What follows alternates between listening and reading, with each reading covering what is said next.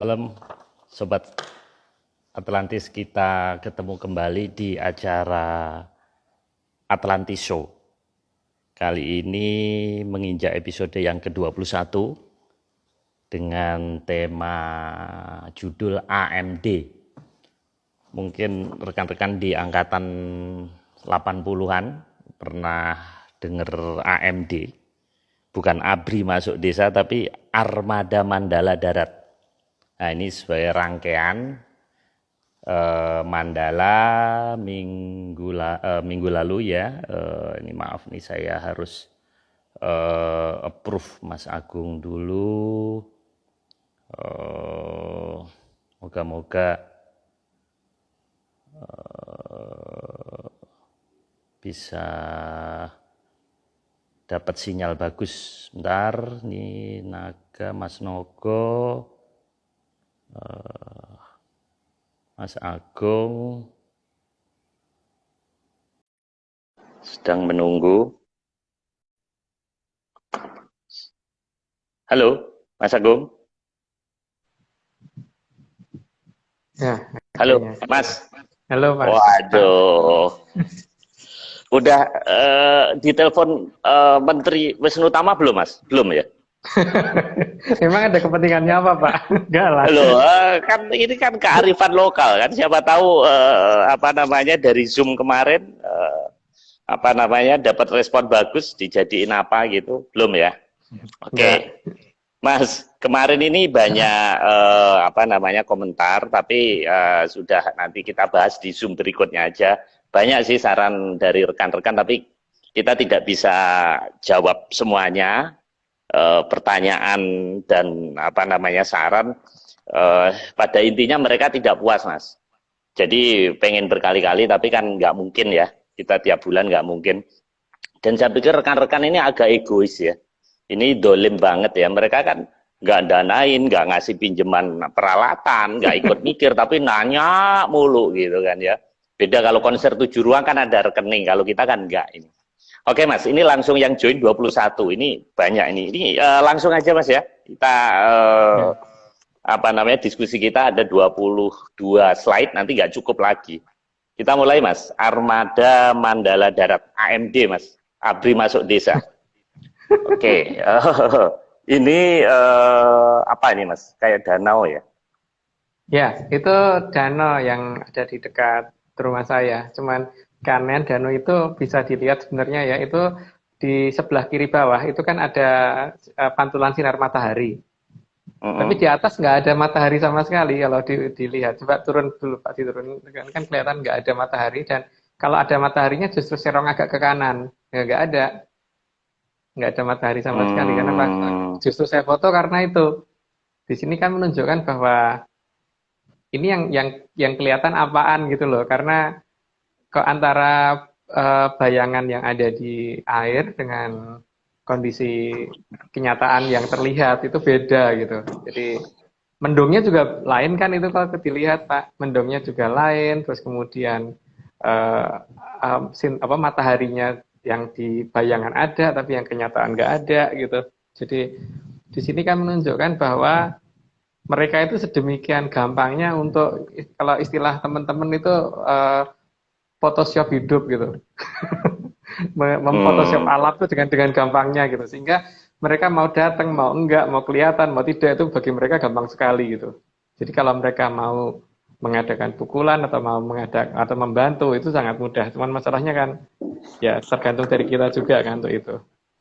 Mungkin Gitu, nggak Pak. Mas, ini mendung gitu, kita di sini nggak lihat matahari, tapi mataharinya kan bisa kelihatan dari bawah gitu. Jadi sudutnya kan memang nggak pas Mas.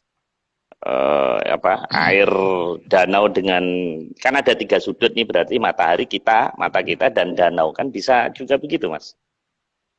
Ya, tapi posisi yang kelihatan ada remeng-remengnya itu ada di agak ke kanan, Pak.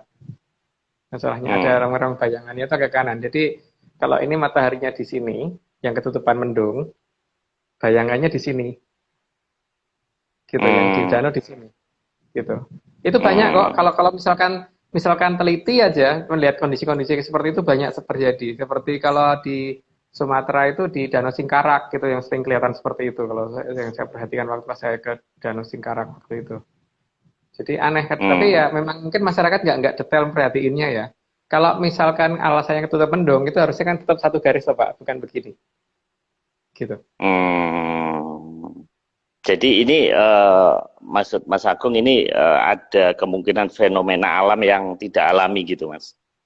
Iya, tidak alami. Karena kalau alami semuanya satu garis, harusnya lurus satu garis.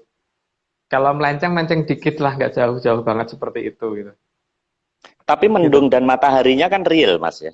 Bukan Itu udah matahari buatan kan. Matahari yang kita lihat itu kan. justru itu yang real yang kita lihat atau yang dibayangkan. Masalahnya itu. Tapi mendungnya kan beda juga Pak, kalau dibandingin tadi. Bentuk mendung yang Hmm. dibayangkan sama bentuk mendung yang di atas kan lain. Gitu. Hmm. Jadi yang kita lihat yang Oke. apa? Gitu. Oke ya, fenomena alam ya. Mungkin rekan-rekan ini yang di tempat lain kalau menemukan fenomena aneh boleh DM ke kami untuk dianalisa ya. Oke Mas, kita lanjutkan slide kedua ini rel kereta api Mas.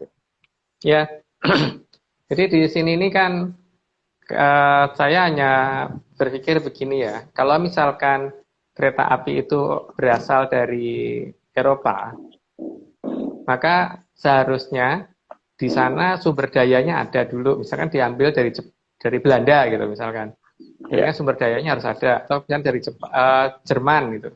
Oke, sumber dayanya mungkin di sana ada, tapi problem berikutnya adalah satu, Pak.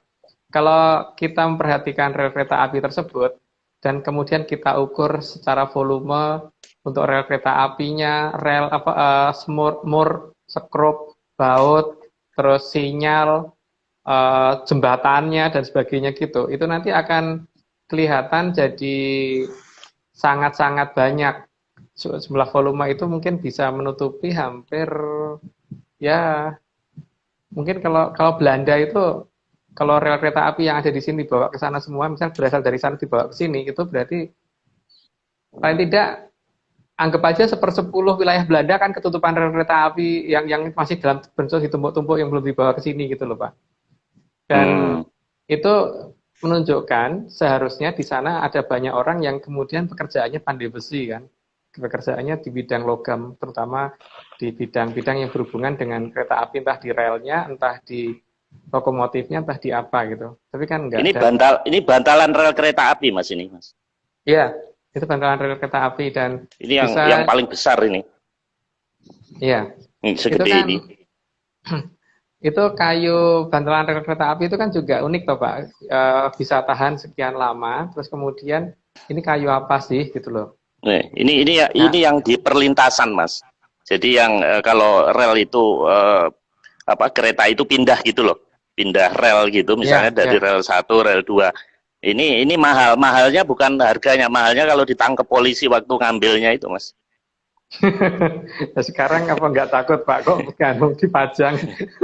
Enggak apa-apa kan ini cuman apa namanya daripada dibuang. Gitu, Mas. Ya, Jadi apa nah, hubungannya nih Mas rel kereta api dengan fenomena apa Mas? Tadi kan alam terus tiba-tiba rel kereta api ini apa? jadi gini Pak, eh, kalau kita perhatikan James Watt pada saat melakukan penelitian pembuatan kereta api itu kan saya tidak menemukan proses di mana dia mengadakan percobaan secara detail gitu. Tahu-tahu jadi, kalau tahu-tahu jadi itu kan berarti sudah ada blueprint dari tempat lain ya. Dari blueprint Hmm, dari siapa gitu. Yang pertama itu. Terus hmm, yang kedua kan eh, rel tersebut sangat banyak gitu loh. Kalau misalkan diproduksi di sini nggak ada buktinya, baik relnya, baik jembatannya dan sebagainya. Jadi ini pasti dibawa dari luar. Kalau dikatakan kalau memang dibikin oleh mereka gitu. Jadi kalau misalkan dibawa dari Belanda, berapa kali pengapalan ke sini gitu. Itu yang masalah kedua. Nah, satu-satunya yang hmm, kemungkinan adalah ini rel kemungkinan malah dibikin di sini oleh peradaban yang kita nggak kenal. Gitu kan, Pak. hmm, Karena sekian banyaknya rel kereta api itu ini kan harus dibikin dengan teknologi metalurgi yang cukup tinggi gitu. Karena itu kan besi itu dilebur temperaturnya tidak cuma 100-200 derajat, itu ribuan derajat, Pak. Jadi butuh peralatan dan penanganan khusus gitu. Dan juga butuh kemampuan kimiawi yang khusus dalam pengolahan itu sampai menjadi membentuk seperti itu yang akhirnya sekian lama juga sudah tidak berkarat, tidak rusak dan sebagainya gitu. Jadi ini pasti ada unsur X yang bekerja di sini yang tidak kita sadari, karena kalau ini dibawa dari Belanda jumlah rel ini kalau kita hitung secara volume mulai dari jembatannya, skrupnya, bautnya, relnya, terus sambungan relnya, sinyalnya dan sebagainya, itu palang-palang sinyalnya itu semuanya akan membutuhkan volume tempat yang sangat lebar, yang sangat luas. Ini jadi Mas Agung kan mencurigai ini tidak dari Belanda gitu, Mas, bukan dari zaman penjajahan gitu. Ya, saya nggak percaya itu, karena nanti akan jadi lebih aneh lagi kalau misalkan di sana juga tidak terlalu banyak orang yang mempunyai keahlian pandai besi untuk mengolah itu gitu. Kalau memang mereka membawa ke sini dalam jumlah yang sangat masif segitu banyak, maka tenaga kerja yang bekerja dalam bidang itu pasti sangat banyak, Pak. Tuh kan, jembatannya seperti itu. Nah, di sini problem kedua adalah masalah lokomotifnya, Pak. Ini bukan lokomotif baru ya, tapi lokomotif sama gerbong-gerbong yang lama ya, yang harusnya kita ini. Tapi karena saya di sini, ini kan tujuannya hanya untuk menunjukkan jalannya, membangun jembatannya aja juga tidak mudah gitu.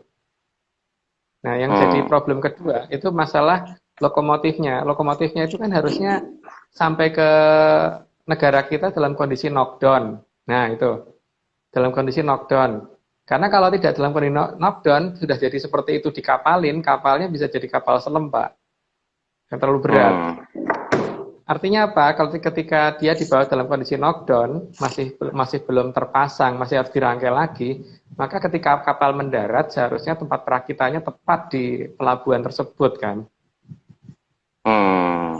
Tapi problemnya kenapa tempat perakitannya di Madiun, Pak? Madiun itu bukan pelabuhan loh. Sekarang kan jadi tempat PT Inka itu. Dalam kondisi perang, Pak, barang-barang yang knockdown tadi ditarik-tarik dulu sampai Madiun baru dirakit, itu masuk akal nggak sih? Maksudnya dari pelabuhan gitu, Mas ya? Misalnya dari pelabuhan diangkat. Dari Sunda Kelapa dibawa sampai ke sana. Atau mungkin bukan dari Sunda Kelapa deh, mungkin yang terdekat dari mana ya? Tanjung Mas mungkin, dari Semarang ya? Semarang, ya. Nah, dari Semarang gitu. Dari Semarang dibawa ke Madiun aja itu sudah lewati gunung naik turun, Pak. Itu sangat repot gitu. Atau mungkin dari Batavia dikit-dikit gitu, Mas. Jadi mungkin sekilo dikit-dikit gitu kan bisa juga kan? Nggak langsung dibawa ke Madiun gitu. Kalau dikit-dikit itu dikit-dikitnya gimana, Pak? Karena ada beberapa rangkaian yang tidak bisa dikit-dikit kan. Misalkan kayak ban. Bannya itu kan gede-gede. Dan itu sudah satu rangkaian kan, sudah satu blok yang nggak bisa diputus gitu. Terus kalau seperti dinding-dindingnya itu masih mungkin pretelan masih bisa ya, tapi tetap aja, Pak, perakitannya kenapa nggak di Sunda Kelapa gitu? Iya, mungkin itu perlu diteliti lebih lanjut, Mas. Di Madiun itu ada apa? Karena sumber pasir besi nggak ada, Mas. Karena Madiun itu adanya cuma dua, pecel sama brem. Jadi ngapain dia nyari pecel sama brem ke sana gitu ya? Iya. Jadi problemnya kan ini kenapa tempat perakitan itu sangat jauh dari tempat pendaratannya itu loh, Pak, yang jadi masalah itu. Jadi saya kan kalau misalkan kapalnya mendaratnya di Batavia, ya dirakitnya ya berapa meter dari situ gitu, bukan kemudian dirakitnya sekian ratus kilometer dari situ, gitu kan? Atau mungkin Mas, ngangkut hasil kebun. Kan di Madiun tuh di Kresek itu ada daerah Gunung Wilis itu kan ada hasil bumi mungkin misalnya, kan diangkut dari Ponorogo, Ngawi, sekitar Karisedenan Madiun. Bukan itunya, Pak. Ini barang belum jadinya ini loh, Pak. Kereta api yang belum jadinya ini loh, dibawanya kok dirakitnya di Madiun gitu. Seharusnya kan dirakitnya, lah setelah jadi baru dipakai untuk ngangkut makanan, mau untuk ngangkut hasil bumi atau apa, itu masalah nanti. Tapi ketika belum jadi, kenapa dirakitnya di tempat yang sangat jauh. Hmm. Iya kan, Pak? Ya, ya, ya, ya, ya, Ya ya, ya, seperti ya, ya. misalkan kalau kita impor mobil yang dalam kondisi knockdown gitu. Misalkan impornya ke Tanjung Priok gitu. Sejauh-jauhnya ya di sekitar pelabuhan perakitannya kan. Makanya Astra itu nggak jauh dari Ya, pelabuhan. gaya Bukan di Madiun motor gitu. ya. Ya, Nah, Mas, bukan di kalau nggak salah pemerintah sekarang mau membuat pabrik perakitan kereta di Banyuwangi kalau nggak salah ya. Itu pun di pinggir sungai ya, di pinggir maaf di pinggir laut ya sebenarnya. ya, itu terserah pemerintah mau di pinggir laut atau di mana gitu. Karena pada saat ini adalah kondisi negara ini sudah merdeka gitu kan. Dan apa Hmm. namanya tidak ada permusuhan antara rakyat setempat dengan pemerintah. Tapi kalau pada waktu itu Pak, antara pemerintah Belanda dengan rakyat kita itu pertama ada permusuhan. Jadi membawa barang yang masih belum terakit dari Batavia atau mungkin dari Tanjung Mas menuju ke Madiun itu kan sangat risikonya sangat besar. Bisa disabot di jalan. Hmm. Ya jadi problemnya itu kan kenapa tempat perakitannya di sana gitu. Kenapa tempat Hmm. perakitannya tidak di Tanjung Mas atau di Semarang gitu misalkan atau di Ungaran gitulah. Atau Sejauh-jauhnya ya tebu, jangan Mas, tebu. Kan di sana ada tebu itu, ada Rejo Agung, Kanigoro, banyak apa pabrik gula. Mungkin nggak Nah iya, mendekati lokasi? tapi kan perakitan itu bukan di situ, Pak. Itu setelah diaktifkan untuk itu iya, tapi waktu ngerakitnya itu loh, Pak. Rakitnya kan harusnya di tempat yang aman dan pada saat masih dekat sama tempat menurunkan barangnya, toh, Pak. Iya Hmm. kan? Hmm, hmm, hmm, hmm. Iya, iya, iya, iya. Oke, Mas, kita lanjutkan, Mas. Udah 15 menit ini. Ini jalan Dendels, Mas, ini, Mas. Ya, dan Dendels. Jalan Dendels Ya. itu ratusan kilometer ya. Dan zaman saya masih belajar di sekolah dulu, nggak tahu sekarang dirubah apa enggak, itu dikatakan bahwa Dendels itu membangun jalan Anyar Panarukan itu butuh waktu 1000 hari. Gitu, Pak. Problemnya gini ya, kalau misalkan dengan menggunakan teknologi yang modern saja, Bakri membuat jalan tol di Cirebon kemarin, itu untuk 32 kilometer kalau nggak salah ya. Berapa kilometer ya? Saya lupa sekitar, ya anggap aja nggak nyampe 100 kilometer kan Pak. Itu butuh waktu 2 tahun.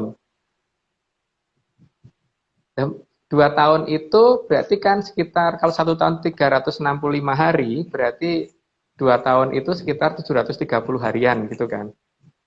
Hmm. Nah, problemnya adalah kalau 3 tahun, kalau Bakri dikasih waktu 3 tahun gitu, kira-kira jalannya kira-kira jadi berapa kilometer, Pak? Kalau 2 tahun baru sekitar segitu gitu. Dengan Hmm. teknologi yang sangat modern, yang katanya langsung serba pasang gitu. Artinya Hmm. tidak sampai sepanjang jalan yang dibikin Dendels kan, gitu kan? Jadi ini kan Jadi, misterius. Ini sebenarnya ada dua masalah. Jalan ini sebenarnya sudah ada, terus kemudian Dendels itu cuman benerin lubang-lubangnya saja, atau jalannya hmm. sudah ada, terus sebagian ketutup rumput, Dendels tinggal babatin rumputnya saja, Hmm. atau tinggal memperbaiki sedikit kerusakannya aja gitu. Jadi ini harusnya Hmm. diteliti sebenarnya dibikin Dendels atau memang sudah ada sebelum Dendels datang gitu. Karena kalau ini sudah ada dari sebelum Dendels datang, nah berarti baru harus layak diteliti kemajuan teknologi apa yang membuat jalan itu dan digunakan untuk apa. Karena nggak ada data sejarah kita, Hmm. Pak. Digunakan untuk kerajaan Jadi, kita apa. Mas Agung mencurigai ini sebetulnya seperti kayak Borobudur, Mas ya. Raffles menemukan Borobudur yang sudah ada, tinggal gali gitu. Iya, iya. Paling Hmm. benerin dikit. Karena kalau 1000 hari itu nggak masuk akal kalau misalnya dia bisa membangun jalan segitu panjangnya dalam kondisi tidak damai loh Pak. Kalau dalam kondisi damai Hmm. pun masih nggak masuk akal karena dengan teknologi yang terbaru saja ternyata hanya jadi sekian kilometer kan. Itu bisa dilihat sendiri Hmm. itu di sana. Saya lupa totalnya berapa kilometer tuh jalan yang dibikin Bagri waktu itu. Tapi itu dengan menggunakan teknologi yang langsung tempel-tempel langsung pasang gitu loh. Tapi Hmm. lama, jadinya juga segitu gitu. Kalau Precasting dika, ya. ya kalau dijadikan 3 tahun itu kan sudah lebih dari 1000 hari Pak. Itu aja apakah nyampe sepanjang jalan yang dibikin Dendels gitu. Oke, Mas. Artinya apa? Kita Ya, ini pabrik gula, Mas. ya. Di beberapa pabrik gula yang pernah saya coba masukin itu karena saya pernah tinggal di Madiun, yang pernah saya kenal dari pabrik gula Rejagung. Di pabrik gula Rejagung itu waktu ada acara dengan sekolahan waktu itu, jadi waktu masih SD, waktu itu pernah ada acara tur masuk ke pabrik gula gitu kan. Yang saya amatin kan bentuk-bentuk mesin gilingnya. Nah, ini ada satu bentuk mesin giling yang sangat besar, itu yang kira-kira nggak bisa di knockdown gitu loh. Kalau saya hitung berdasarkan volume, itu kira-kiranya aja itu hampir mencapai 200 ton ada itu. Ya anggap aja saya salah hitung 100 ton gitu Pak. Ya, benda seberat itu, gimana caranya membawa dari arah Batavia atau dari arah Semarang menuju ke sana gitu. Terus lucu, karena apa? Kalau misalkan di sejarah dikatakan pembangunan pabrik gula itu digunakan untuk kepentingannya Belanda, katanya begitu kan Pak. Tapi kalau kita perhatiin, itu kok kayaknya dipakai untuk kepentingan masyarakat kita sendiri. Kenapa? Karena di daerah Jawa Barat ini, kalau saya tanya ke masyarakat atau ke teman-teman yang di pertanian, itu katanya tebu masih bisa ditanam di sini dan bisa cukup subur. Tapi kenapa tebu dipusatkan di Jawa Tengah dan Jawa Timur? Kalau kita perhatikan, masyarakat Jawa Barat itu kalau minum, senangnya kan minum tawar, Pak. Iya kan? Kalau orang Jawa Tengah, Jawa Timur, minum pasti manis. Kopi manis, teh manis. Kalau Jawa Barat kan enggak. Rata-rata minumnya memang teh tawar, kopi tawar gitu kan. Kebiasaan ini, kok terus kemudian kalau saya kaitkan dengan keberadaan pabrik gula. Jadi pabrik gula ini kan untuk kepentingan masyarakat kita, bukan untuk kepentingannya Belanda. Artinya pabrik gula ini pasti dibikin sebelum Belanda datang gitu kan. Kita harus dibuktikan itu. Salah satu membuktikannya ya semoga kalau dari pihak pabrik gula ada yang mau menyumbangkan batu batanya dari pabrik gula itu untuk diuji umur itu kan akan ketahuan sebenarnya pabrik gula itu dibangun kapan gitu loh. Bisa aja Belanda cuma ngasih stok tanggalnya sama ininya tapi pabriknya udah berdiri. Tapi pabrik segede itu Mas, pabrik segede itu kan mana mungkin ujuk-ujuk datang gitu. Apa enggak ujuk-ujuk catatan. Oh enggak, kalau catatan bisa aja dirubah-rubah. Catatan bisa saja dirubah, tapi logika dasar yang kemudian harus kita pertimbangkan adalah ini loh Pak. Kalau dikatakan itu untuk kepentingannya Belanda, kenapa dibangunnya tidak di pesisir? Tidak dibangun di Batavia, tidak dibangun di Semarang. Di Jawa Barat ini kalau nggak salah cuma 2 ya, di Cirebon sama Tasikmalaya kalau nggak salah yang ada pabrik gula gitu. Tapi di Jawa Tengah, Jawa Timur tuh banyak banget Pak. Di Madiun aja udah berapa banyak gitu. Mendekati tebunya mungkin Mas? Mendekati perkebunan. Problemnya tebunya itu bisa ditanam di Jawa Barat, kenapa ditanamnya di sana gitu. Kok kayak cari perkara gitu loh. Jadi kalau gini Pak ya, kalau Pak Marius misalkan punya rumah di Jakarta sama di Solo gitu. Terus Pak Marius tinggalnya di Jakarta gitu. Terus Pak Marius pengen nanam pengen nanam tebu di rumahnya sendiri gitu. Ya supaya bisa dirawat dan bisa diawasi kan ditanamnya dekat rumahnya Pak Mario sendiri kan, bukan ditanam di rumahnya Pak Mario yang jauh-jauh di sana gitu. Jadi ini kan kalau memang untuk kepentingannya si Belanda, maka seharusnya pabrik gula dibangunnya di dekat sini, di dekat Jakarta, dekat Batavia, bukan di daerah Jawa Tengah, Jawa Timur. Jawa Barat cuma ada 2 pabrik atau berapa pabrik saya lupa ya, tapi yang jelas memang kebiasaan masyarakat kita beda loh. Di Jawa Tengah, Jawa Timur apa-apa minum manis, kopi manis, teh manis itu udah biasa untuk minuman tiap pagi kan Pak. Tapi untuk orang-orang Jawa Barat kan enggak, mereka kesenangannya kan enggak gitu. Malah kalau kita waktu ada teman dari Sunda waktu itu datang ke rumah tak bikinin teh manis gitu, ini kok kayak kolak sih gitu, jawabnya gitu. Jadi memang kebiasaan, memang lidah lain gitu.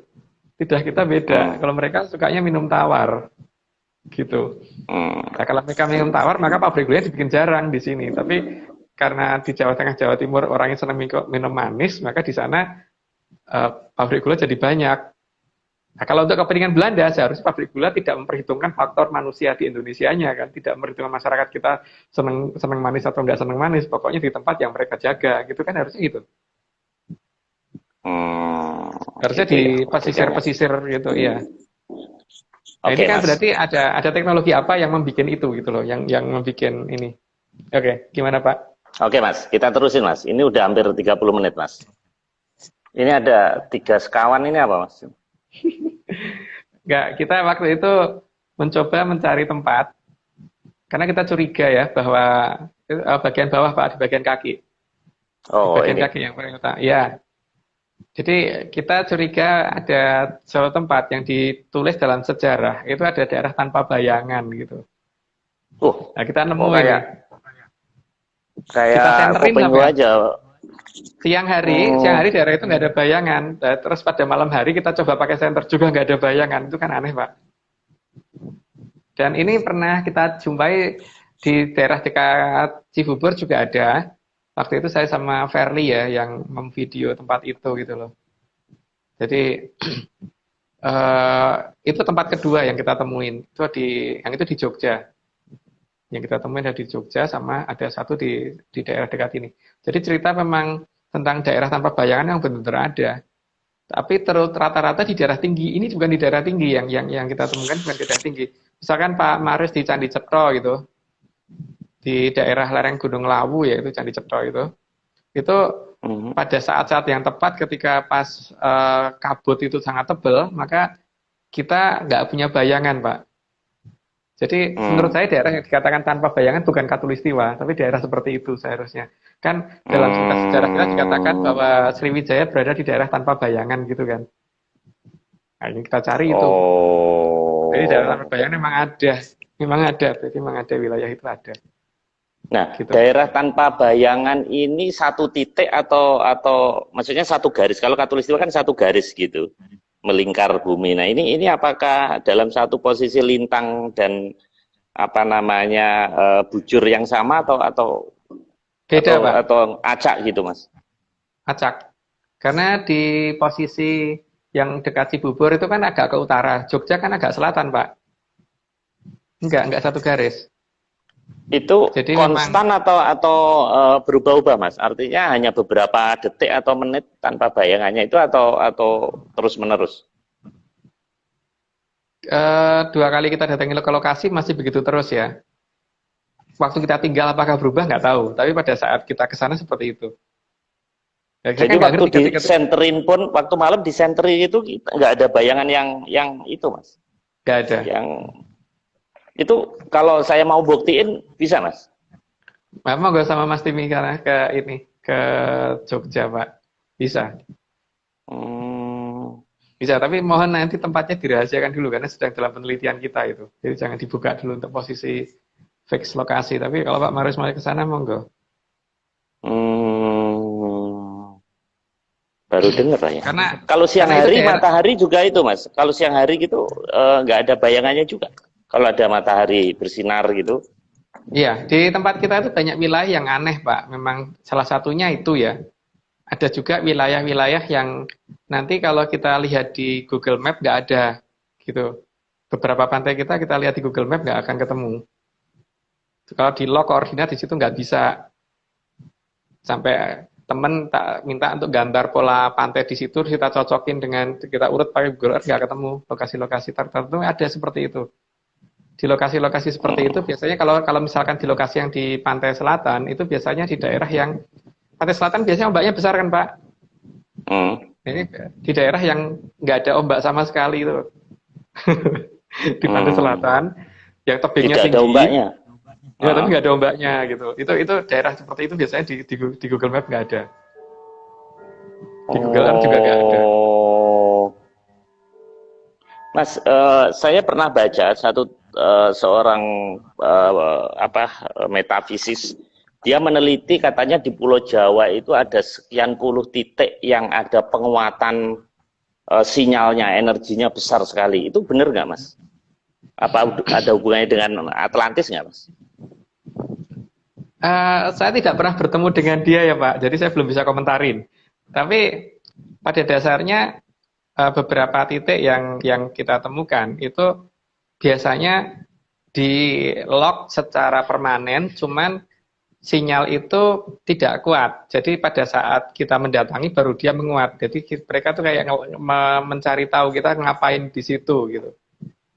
Kalau kita dianggap kira-kira akan mengganggu situasi di situ, pengamatan mereka di situ, maka ada pergeseran sinyal ke arah titik yang akan membangkitkan di mana ular akan keluar, tolojengking akan keluar dan sebagainya gitu. Tapi kalau kita dianggap benar sama mereka, daerah itu akan aman, gitu.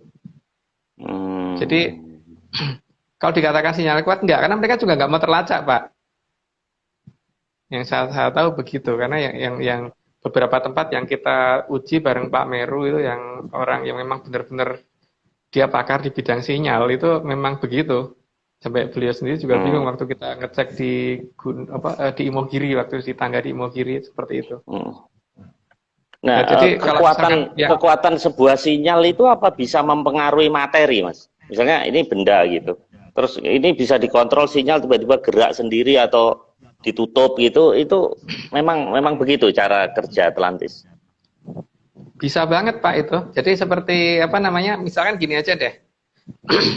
Kalau Bapak punya speaker, di atas speaker itu kita kasih pasir, terus kita nyalain, itu kan sebenarnya yang menggetarkan dari speaker itu kan sinyal Pak. Pasir di atas speaker tadi pasti akan lompat-lompat gitu kan. Bisa banget, cuman masalahnya kan itu teknologi kita baru seprimitif itu gitu. Mereka kan jauh di atas itu, jadi mereka bisa lebih dari itu yang mereka gunakan, yang mereka bisa jalankan gitu. Ya memang seperti dulu ya, ada fotokopi segala itu, ada remote itu katanya pertama kali ada ditemukan itu orang bingung gitu. Oh, kaget kok bisa TV nggak disentuh kok tiba-tiba pindah channel kayak gitu Mas ya kira-kira ya. Jadi gelombang ya, mereka bermain di gelombang gitu ya. Iya. Nah kira-kira tujuannya ngapain Mas dia? Iseng banget ya. Ini bikin kita takut atau apa gitu? Apa kira-kira tujuan dia apa Mas? Ada beberapa wilayah yang memang dipakai untuk menyembunyikan sesuatu yang nantinya akan kita perlukan di nantinya. Sehingga mereka nggak mau ini diambil duluan sama orang yang tidak bertanggung jawab gitu Pak. Misalkan ada suatu bangunan besar yang mereka sembunyikan. Dan mereka nggak mau kalau bangunan besar ini ditemukan atas dasar seperti misalkan temuannya misalkan menggunakan analisa modern gitu, karena mereka kan pengennya tradisi dibangkitkan, sehingga ya mereka akan tutupi sebisa mereka gitu loh. Jadi walaupun di geolistrik ada, digali belum tentu ada jadinya. Hal-hal seperti itu bisa mereka lakukan dengan gampang sekali. Oke. Mungkin ini kita bahas di sesi lain Mas ini. Kita terusin aja ini. Ini baru ke-7 ini gambar. Ini di Palu Mas ya? Bukan, itu di Candi Sukuh Pak. Di Candi Sukuh itu ada relief seperti itu yang diceritakan kalau nenek moyang itu adalah Palu atau daerah yang dibatasi oleh tapal berbentuk U. Dan di daerah itu di dalamnya ada peradaban yang sangat maju dan di bawahnya itu ada pintu masuknya, gerbang masuknya dijaga oleh masyarakat tradisional yang tidak ngerti. Jadi seolah-olah mereka tuh menjaga. Dan ini jadi seperti kasus masalah Salakodomas di daerah Baduy. Mereka masyarakat Baduy itu kan menjaga supaya orang tidak bisa masuk ke kerajaan Salakodomas itu. Gitu. Dan supaya orang tidak menemukan situs Salakodomas itu ada di mana gitu kan. Tapi kalau kita mengecek dengan berdasarkan nama-nama wilayah, nama-nama daerah, nama-nama desa gitu, nanti ketemu lokasinya. Dan di daerah seperti itu biasanya ada hal-hal yang agak janggal itu. Kita ada di tengah hutan dan di sana tidak ada lampu, tapi kalau pas ada mendung di bawah dari mendung itu kan akan kelihatan kayak menyala gitu. Itu letak keraton Salakadomas dan mereka akan menutupi teknologi yang ada di sana dengan menggunakan tradisional yang ada di sana juga gitu. Jadi misalkan ada bandara di sana yang mereka sembunyikan supaya suara itu kalau keluar tidak membuat orang terbingung-bingung, maka di sana kemudian orang bikin kayak kolencer, kayak kincir, terus bambu yang bisa bunyi dan sebagainya kalau kena angin gitu Pak. Tapi suaranya Salaka Domas itu di mana, Mas? Salaka Domas di daerah daerah Baduy mana? Dalam, daerah Baduy Dalam, Pak. Oh. Itu kalau Bapak nanyakan itu ke orang-orang Baduy Dalam nggak akan dijawab, Pak. Berarti harus nyari sendiri kalau ke sana. Dan harus menghindar dari orang-orang Hmm. Baduy, harus sampai menuju ke lokasi itu harus menghindar dari mereka. Karena kalau ini akan dicegat, mereka nggak boleh sehingga akan menuju ke lokasi. Yang kita lakukan dulu ya kita sendiri dan ini apa namanya berusaha menghindar dari mereka. Jadi supaya kita bisa nyampe lokasi dan ya ketemu. Pakai aji sepi angin dong, Mas. Wah itu rahasia, Pak. Nggak boleh ngaku kita, Pak. Jadi kan di sana itu kan ini Pak ada kolencer yang kolencer itu bentuknya kayak kincir gitu. Sama ada bambu yang dilubangin sehingga kalau kena angin tuh kayak seruling gitu kan. Nah, waktu itu saya sama teman-teman iseng kita iseng dengan cara gini. Beberapa bambu yang ada di titik koordinat itu kita coba pas malam hari kita tutupin, terus kemudian yang berputar itu kita gantol sehingga nggak bisa muter. Tujuan kita apa? Kalau kolencernya sudah nggak bisa muter, seharusnya bunyinya nggak ada kan, Pak? Nah, ketika itu sudah kita gantol dan sudah tidak bisa berputar, masih ada suara aslinya.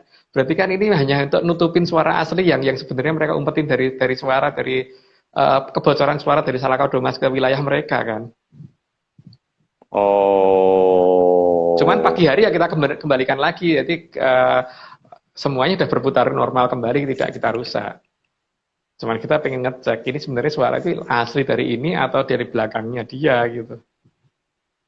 Tapi penduduk sekitar situ tahu, Mas, bahwa ada sesuatu di situ. Untuk Baduy Dalam beberapa ketuanya tahu, Pak. Tapi untuk masyarakat yang ininya nggak tahu atau nggak pura-pura nggak tahu. Nah, Salaka Domas ini masih ada semacam Atlantis gitu atau sudah punah, Mas? Masih ada. Karena waktu itu yang ketemu sama kita kan ngejarnya berdasarkan kondisi malam. Jadi kalau kondisi malam itu kan kita bisa mencari posisi sinar yang ada di bawah mendung, yang kita ikutin itu kan. Yang paling gampang itu kan. Terus begitu sudah mendekat lokasi, beberapa kolencer ini kita bikin tidak bisa berputar supaya supaya sambil kita mencari arah suaranya dari arah mana gitu. Gitu, Pak. Sehingga kita nyampe ke lokasi. Gitu, Pak. Oke. Mas, kita lanjutkan, Mas. Ini gunungan, Mas ya? Ya. Gunungan itu kan di sini digambarkan ada dua sisi ya, sisinya beda-beda. Ini ternyata penggambaran dari kondisi lapangan, Pak. Jadi kalau saya sama teman-teman itu biasanya kalau mendekati suatu lokasi yang kita anggap aneh, punya aslinya. Asli, Mas ini. Ini kolektor saya turunkan dari wung-wungan gara-gara Mas Agung kirim email itu ya. Ini apa, Mas, maksudnya? Jadi gini, Pak.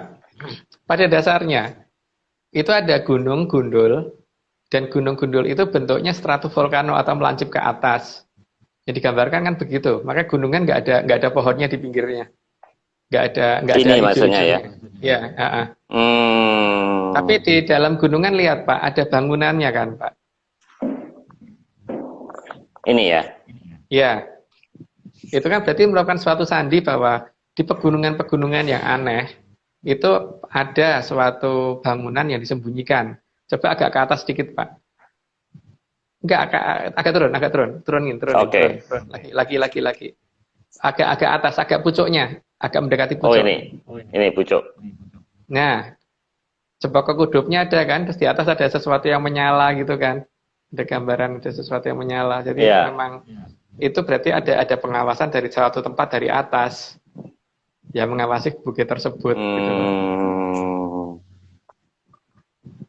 Berarti dan bukit itu makanya kalau kita lihat kadang-kadang kalau kita deketin berubah gitu. Jadi terutama perubahan ada dua macam, Pak. Bisa bentuknya atau bahkan ukurannya. Jadi kadang-kadang orang nggak waspada gitu. Jadi misalkan kita dari kejauhan kelihatan, itu bukit besar banget gitu. Di dekat kok teman kecil gitu.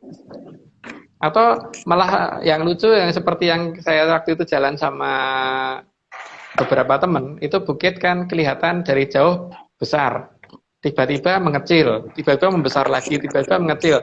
Dan setiap kali ada posisi membesar dan mengecil kan kita selalu ngelok GPS untuk kita lihat ketinggian kita apakah sama atau beda gitu kan. Jadi kita dari ketinggian yang sama begitu itu membesar, membesar, mengecil lagi dan akhirnya kelihatannya nggak gede gitu. Padahal dari jauh kelihatan gede banget gitu. Berarti yang kita lihat dari kejauhan kan bukan bukit aslinya. Makanya namanya gunungan Mas ya, bukan gunung gitu ya. Iya, iya. Nah, terus tadi ini baliknya kok kayak gini kok medeni ini apa Mas ini? Maksudnya apa si pembuat gunungan ini? Simbolisasi apa ini? Kalau menggali tanpa perintah atau membuka tanpa aturan, ya mereka harus berhadapan sama itu gitu. Berarti ini kayak Lapindo Mas ya. Ini digali, dia nyari harta karun di sini, nggak taunya baliknya ada lumpur gitu, juar sehingga 3 kecamatan ambiar, mungkin gitu bahasa gampangnya. Mas, ini kita terusan. Ini ya gunungan khusus kajian gunungan ini nanti tolong dibuat sesi khusus ya. Ini karena menarik dan ternyata gunung baru tahu punya apa namanya arti penting dalam pelacakan Atlantis. Nah, ini apa Mas? Kalau ini gunung beneran ya? Itu bukit beneran, tapi benerannya itu juga lucu toh Pak. Coba lihat bentuknya, apakah itu alami gitu loh bentuk saya gitu tuh. Karena bentuknya kayak kijing Mas ya, kayak tenda pramuka ya? Ya, kayak tenda pramuka. Itu tingginya sekitar 600 meter. 600 meter, oh, ya itu di Jogja itu. Nah, bentuk-bentuk seperti itu kan berarti bentuk-bentuk yang seharusnya diteliti bukan dibiarkan gitu loh. Jangan langsung dikatakan itu alamiah, teliti dulu gitu loh. Teliti dulu, diadakan cek dulu kita ya. Kalau kita ya kita geolistrik yang paling gampang gitu kan, yang paling mudah dibawa peralatan kan itu. Itu kelihatan ada beberapa hal yang aneh di sana. Memang Mas, dari diskusi dengan rekan-rekan itu sebetulnya penelusuran mencari Atlantis paling gampang ya gali gunung ya. Piramid itu daripada kita ngomong yang sesuatu yang masih menimbulkan khilafiyah, mendingan digali aja biar kita puas gitu loh. Gimana Mas? Iya. Cuma problemnya kan ada 2 Pak. Yang pertama itu penggalian di atas 30 meter kan harus ada izin dari Dinas Geologi ya. Dinas Geologinya mau ngasih izin apa enggak? Itu yang pertama itu. Terus yang kedua, karena kita mau menggali dengan alasan masalah keporbakalaan, Dinas Sejarah dan Porbakalan ngasih izin apa enggak? Yang kita terima kan semuanya surat penolakan, surat pelarangan. Kita ada surat pelarangannya bahwa kita nggak boleh gali, itu ada. Gitu. Kalau misalkan bisa mencarikan izin, ya kita gali. Gitu. Asal carikan izin. Gitu, Pak. Karena mereka di Kalimantan itu gunung, Mas, di Kalimantan gunung digali ada batu bara, ada minyak, ada macam-macam tambang, masa di Jawa nggak boleh? Kan cuman paling galinya juga berapa meter sih, bukan satu gunung dibuka semuanya kan? Iya. Kenapa nggak gitu aja? Kita tetap, Pak, masalahnya tetap harus ada izin itu loh. Kalau tidak ada, kalau boleh nggak pakai izin sih gampang. Kan tapi kita selama ini Atlantisnya sendiri boleh Mas? Atlantisnya sendiri membolehkan kita gali atau enggak? Pada waktu yang tepat ya. Kalau untuk saat ini memang belum. Karena kalau saat ini dibuka kan memang nanti akan yang terjadi begitu kelihatan titik koordinat yang terbuka itu akan memancing orang sana sini untuk saling klaim, saling rebutan dan sebagainya gitu kan Pak. Karena ini menyangkut sesuatu hal yang sifatnya materi kan, bisa menghasilkan suatu materi yang cukup besar itu loh. Di situ. Itu belum termasuk orang-orang yang pengennya jangan sampai pernah terbuka gitu loh. Kan ada juga orang yang tidak menginginkan itu terbuka. Karena mereka mungkin pernah riset lokasi sekitar sana dan hasil riset mereka tidak menemukan itu, dan ketika kita menemukan itulah berarti riset mereka layak dipertanyakan, mereka riset beneran apa enggak gitu kan. Nah, curiga mereka nggak riset, cuman ngaku riset, mungkin begitu. Tapi saya nggak nuduh siapa ya. Tapi yang penting kalau menolak dengan alasan yang dibikin-bikin itu dengan alasan seolah-olah karena teorinya begini, harusnya nolak itu kan bukan dengan teori ya, jadi harusnya dengan pembuktian dulu baru kita ini gitu loh. Jadi Mas Agung ini malah nantang untuk dibuka ya, malah pengen membuktikan untuk dilihat nyata ya. Iya, seperti ini aja Pak, di Bosnia itu waktu kita kontak dengan Profesor Osman Ajik itu kan banyak orang yang menyatakan sampai mengetawain dan sebagainya, dan mereka berusaha melarang supaya itu jangan dibuka. Begitu dibuka ada beneran sekarang udah mulai terbuka sebagian Pyramid of the Sun yang ada di Bosnia gitu loh. Wah, tadinya orang pada ngomong itu alami batukmu itu nggak alami. Mereka ngomong alami tapi mereka nggak boleh dibuka gitu loh, lucu. Itu nggak alami. Makanya akhirnya kita mencoba mencari data-data yang lain seperti memanfaatkan pasir di pantai dan sebagainya itu untuk ngecek apakah benar gunung itu kalau meletus alami. Malah kita jadi lebih ekstrem lagi pembuktiannya bahwa gunung meletus juga nggak alami seperti yang saya ceritakan waktu itu gitu. Jadi mah nggak ada yang alami ternyata. Apa ciri-ciri suatu gunung itu alami dan tidak alami? Yang pertama ya, yang jelas aturan secara normal itu gunung kalau gundul itu terkena erosi pasti longsor. Sedangkan yang tidak alami kan kalau terkena gunungnya gundul nggak ada tanamannya tapi terkena air hujan sederas apapun nggak longsor. Itu alami nggak Pak? Itu yang pertama yang kelihatan itu kan. Terus yang kedua, gunung kok di-lock sinyal? Kok ada sinyal yang nge-lock ke dia itu kan nggak alami. Bisa dibuktikan Mas, ada sinyal yang kemarin diterangkan justru ini ya, ada sinyal yang masuk ke gunung gitu ya. Iya, itu bisa dilacak itu Mas. Bisa banget.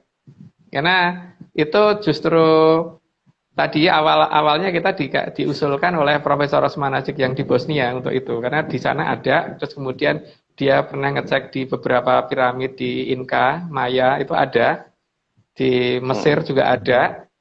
Nah di Bosnia ternyata ada. Lah di Indonesia ternyata juga ada itunya. Kalau alami itu ya bukit-bukit aja Pak, nggak ada sinyal yang nge-lock segala itu. Alami ya begitu. Makanya itu paling bisa dibuktikan kalau itu semua. Oke Mas, ini gunung lagi nih Mas, gambar berikutnya nih. Itu Gunung Argopuro. Nah, Gunung Argopuro itu ada di Jawa Timur Pak, dan pendaki gunung ini rata-rata sudah hafal di titik tertentu. Saya tidak mungkin menceritakan titiknya di daerah mana tepatnya ya. Itu ada daerah yang pendaki sudah hafal itu. Kalau misalkan di titik itu, kalau misalkan kekurangan ini bahan makan, itu kita nulis di kertas, terus nyelipin duit Rp1.000, tutupin batu gitu. Nanti dalam waktu nggak lama ada orang datang ngasih makanan yang kita minta, tapi biasanya sih tidak makanan-makanan yang Eropa ya yang ala adanya gitu. Tapi orang itu nanti pergi dan menghilang. Yang bawa makanan itu pergi dan menghilang. Datangnya juga mendadak terus pergi gitu aja. Itu di Gunung Argopuro ada sejarah seperti itu. Siapa mereka gitu kan? Kalau hantu masuk bawa sak mangkoke segala gitu. Tapi itu nanti perlu ada satu ritual apa gitu enggak Mas? Hanya ditaruh gitu aja? Kalau saya dulu enggak, ya cuma langsung taruh aja. Asal kita tahu tempatnya ya. Gitu. Yang kita khawatirkan kan kalau ada orang mencoba terus ngawur di situ malah orangnya yang hilang gitu kan. Ntar kita yang kena masalah. Jadi kalau kita sama teman-teman ya kita nyoba langsung di lokasi gitu, seperti itu. Itu di Gunung Argopuro ada kondisi seperti itu, Pak. Mas, itu tapi makanannya makanan beneran ya? Kan ada cerita-cerita katanya setelah dimakan ternyata dia kertas atau daun gitu. Beneran kan kadang-kadang saya sengaja nggak dihabisin sampai dengan selesai juga nggak berubah, tetap itu kok. Itu kan isu Pak, supaya orang nggak nyoba. Wah, makin ini penjelasan ininya gimana ya? Ya karena kita kalau bener yang diomongin ini Sebenarnya masih banyak misteri ya bumi kita ini ya. Jadi kalau kita kan selalu seneng mistiknya ya, karena kita digiring. Jadi kita ini kalau dengar berita gitu digiring selalu, wah ini sesuatu apa kerajaan jin gitu kan. Tapi kalau Mas Agung malah enggak, teorinya malah enggak begitu ya. Enggak. Jadi saya tidak mau menerima begitu saja suatu cerita yang menyatakan bahwa ini hantu gitu. Sehingga karena saya tidak percaya kalau mereka itu hantu, akhirnya jadi ada komunikasi antara saya dan mereka, sehingga paling tidak sampai dengan hari ini saya bisa menjelaskan agak lumayan lebih panjang daripada yang lain gitu kan Pak. Mungkin yang saya jelaskan mungkin belum lengkap juga, tapi paling tidak mungkin bisa lebih panjang daripada yang lain. Gitu. Tapi taunya Mas Agung komunikasi itu bukan hantu gimana? Cara bedainya? Yang pertama dari masalah sinar. Jadi ingat Pak, nenek moyang kita itu kalau menghadap ke sesuatu yang lebih luhur itu tutup mata gitu biasanya kan. Kalau zaman sekarang kayak hormat gitu. Itu karena ada cahaya yang silau dari arah depan. Yang pertama itu.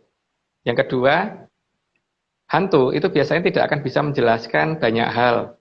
Seperti misalkan bagaimana menjelaskan cara membaca huruf Pallawa. Itu hantu nggak akan bisa. Bagaimana menjelaskan bahasa-bahasa zaman dulu. Itu hantu nggak akan bisa. Jadi mereka hanya bisa ngikutin bahasa di zamannya dia dan sebisanya dia gitu, dan bahasanya seperti itu gitu. Tingkat sopan santunnya kalau hantu itu kita pakai pakaian biasa aja masih mau ketemu, kalau leluhur nggak tentu. Harus lengkap pakai pakaian pusongnya langsung komplit. Ini baru kali ini hantu nggak punya sopan santun ini, emang itu hantu Casper itu nggak pakai baju malah Mas itu. Oh. Iya ya bener ya, saya sekarang nggak sempat kepikiran ya fungsi hantu tuh ngapain selain nakut-nakutin ya, apa ya? Dan masalahnya kan gini loh Pak, kalau kita perhatikan secara lebih jelas, sekarang sampai orang hampir kehilangan obor, sehingga banyak orang yang kemudian tidak bisa bahasa Kawi, nggak bisa bahasa Sanskerta, nggak bisa baca tulisan-tulisan lama. Karena apa? Mereka nggak ketemu sama mereka yang tidak dikatakan hantu itu kan. Karena kalau ketemu hantu ya nggak akan pernah ngajarin kayak gitu Pak. Pasti kalau ditanya jawabannya terus nanti belum waktunya. Karena apa? Memang nggak bisa. Jadi ngomongnya belum waktunya. Leluhur nggak akan pernah ngomong belum waktunya kalau untuk hal-hal yang sifatnya seperti itu. Gitu. Aduh, agak bingung nih. Ada leluhur, ada Atlantis. Jadi yang kita temuin ini siapa Mas sebenarnya kalau kita naik ke Argopuro itu? Sebetulnya leluhur kita atau makhluk dengan ras tinggi? Makhluk dengan ras tinggi Pak. Karena mereka kan kasihan dengan kita yang lagi mendaki gunung, kemudian perbekalan kita kurang. Mereka bantuin kan, sebenarnya itu kan. Kalau hantu ya malah wah ada orang datang kelaparan tak caplok aja gitu kan. Nggak mungkin sekarang dibantuin Pak. Sekarang paling takut hantu tagihan kartu kredit Mas. Itu lebih menakutkan Mas itu. Bukan Mas, ini ini gunung apa Mas? Pati ayam. Maksudnya apa ya. Maksudnya? Ayamnya gunung mati semuanya atau gimana ini? Enggak, pati itu artinya pimpinan Pak. Jadi bukan pati, jadi Pak ada Pradonggo Pati itu artinya gamelan punyanya pimpinan gitu kan. Jadi di situ ada wilayah yang sama dengan Gunung Argopuro Pak, di Gunung Pati Ayam itu. Ini daerah mana Mas ini? Lokasi? Di dekat Cepu. Mana ya itu ya? Pokoknya kalau kita ke arah Jawa Timur, kalau nggak di tol ya, nanti ada sebelah kiri jalan, kok saya lupa itu daerah mana itu. Tapi karena baru satu kali doang sih ke sana, dan kebetulan pas kelaparan di sana dapat makanan dari hutan gitu kan. Jadi akhirnya kita jadi ngeh gitu. Oh ada sejenis Argopuro di sini gitu. Di Gunung Pati Ayam. Itu bisa di Google kok Pak, ada tempatnya. Jadi Google. Nah itu Mas Agung mencurigai juga di situ bukan bangunan asli, bukan gunung asli. Di sana ada banyak bukit yang aneh-aneh sih. Jadi itu kan Gunung Pati Ayam itu perbukitan yang agak memanjang gitu, yang mengelompok gitu loh. Jadi di daerah situ ya perbandingannya mungkin ada satu bukit di antara sekian puluh bukit gitu adalah ada bangunannya. Saya curiga begitu. Terutama di daerah yang seperti itu tadi, ada keanehan-keanehan seperti itu. Yang gundul tadi ya, yang gundul tapi subur gitu Iya, Mas ya. iya. Gundul tapi nggak longsor. Oh iya, kayak kepala saya dong Mas. Mas ini kok ada orang ganteng di sini, ini ngapain ini? Ada penampakan Itu di situs Ero Cokro di Alas Ketonggo, Pak. Itu di Alas Ketonggo. Alas Ketonggo itu di Banyuwangi Mas ya? Di Ngawi.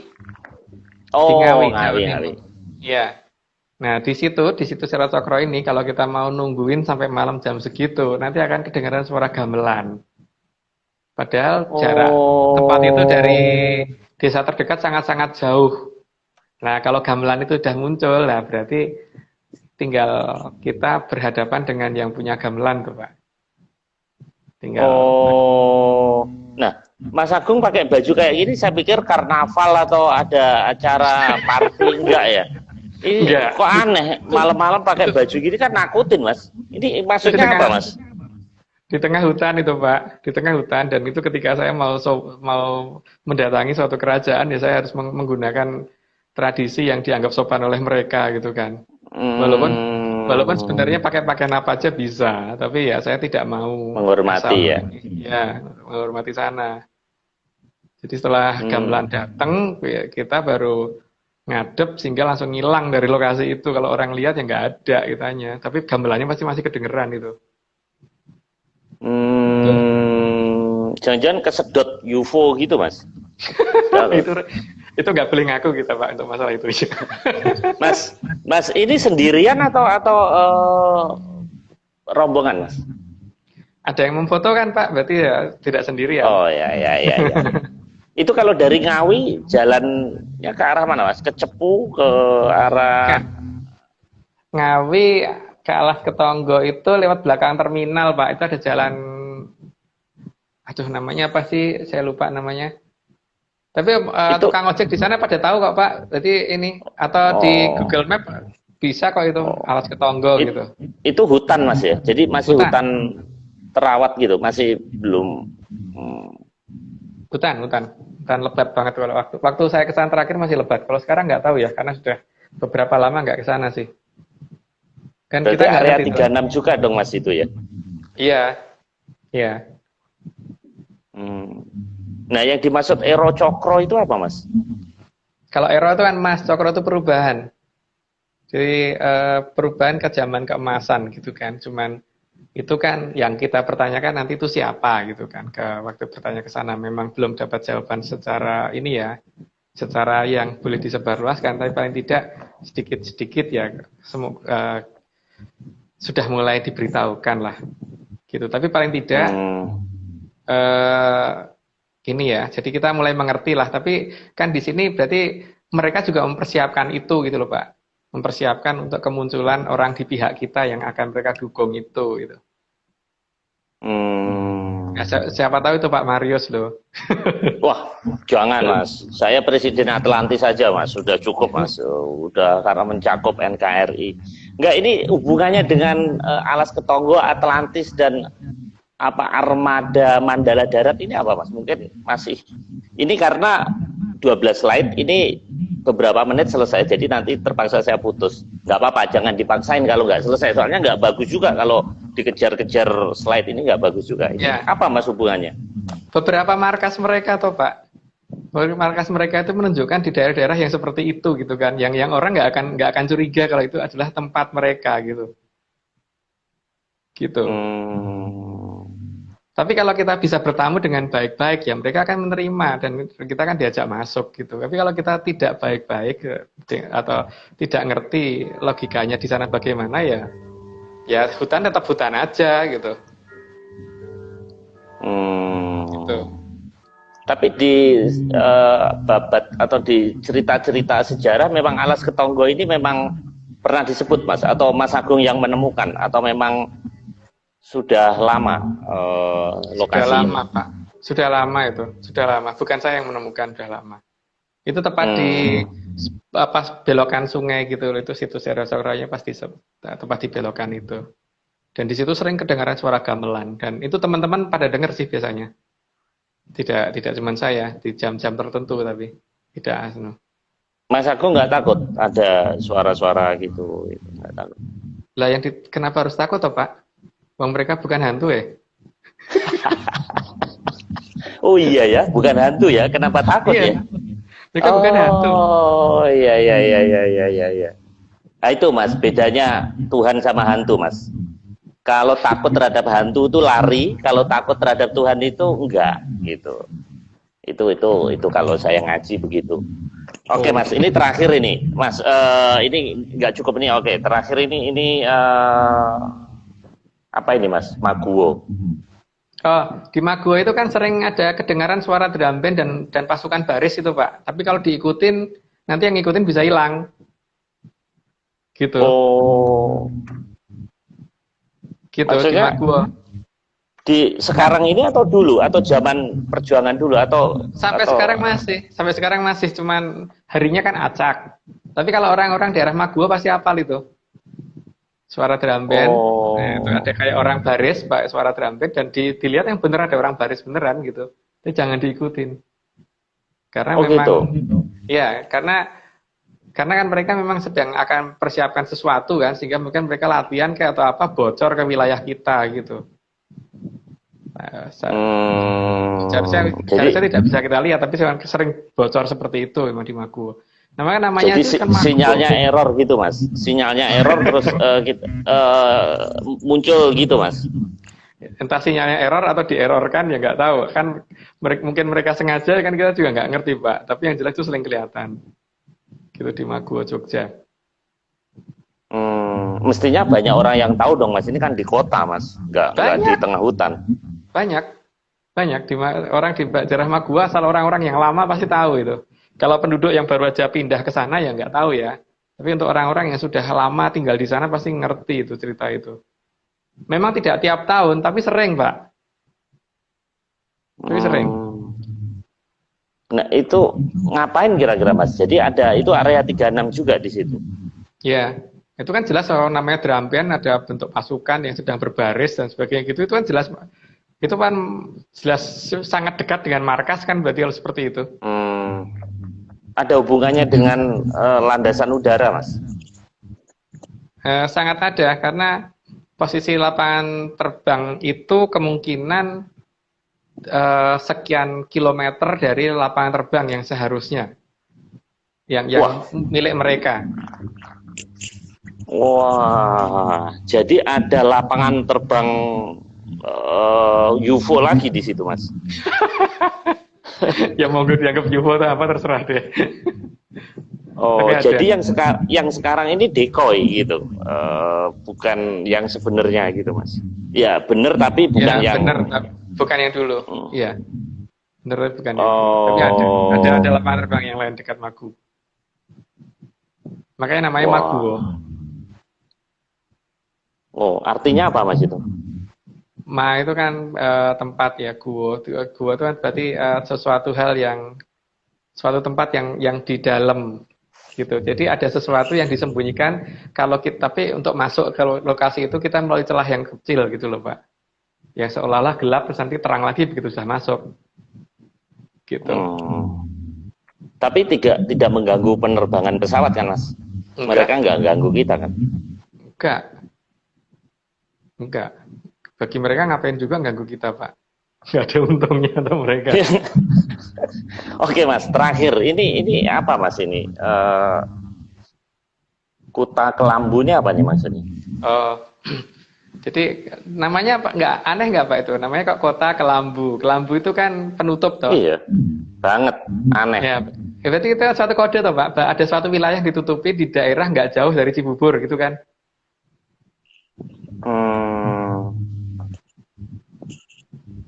Iya. Ada kota yang di Kelambu gitu.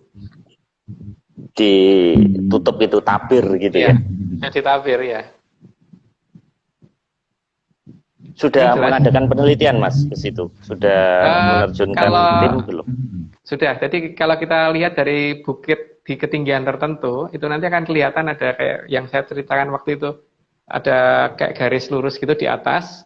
Terus di sini kalau ada mendung gitu, mendungnya itu kayak keputus gitu, kayak lurus kepotong gitu. Jadi ini di belakangnya, ini di bagian depannya gitu. Ada yang seperti itu. Waktu itu di video sama Fairly, cuman masalahnya videonya saya nggak. Waktu itu ini sih di HP yang lama error sayangnya. Tapi mungkin di Fairly masih ada itu.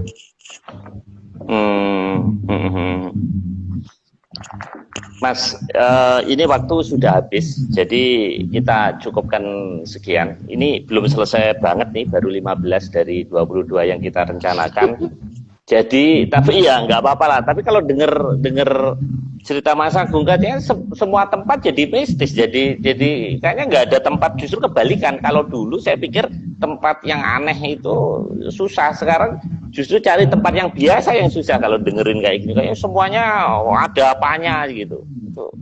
Gitu Mas ya. Jadi ya enggak, cuman banyak gitu loh Pak. Enggak semua tempat tapi banyak. Oke. Gitu. Mas, ini kita selesaikan nanti keputus. Jadi terima kasih rekan-rekan yang telah join. Kita ketemu lagi di Rabu minggu depan, Rabu malam. Sekian, terima kasih. Salam Atlantis. Makasih Mas Agung. Ya, sama terima kasih juga Pak.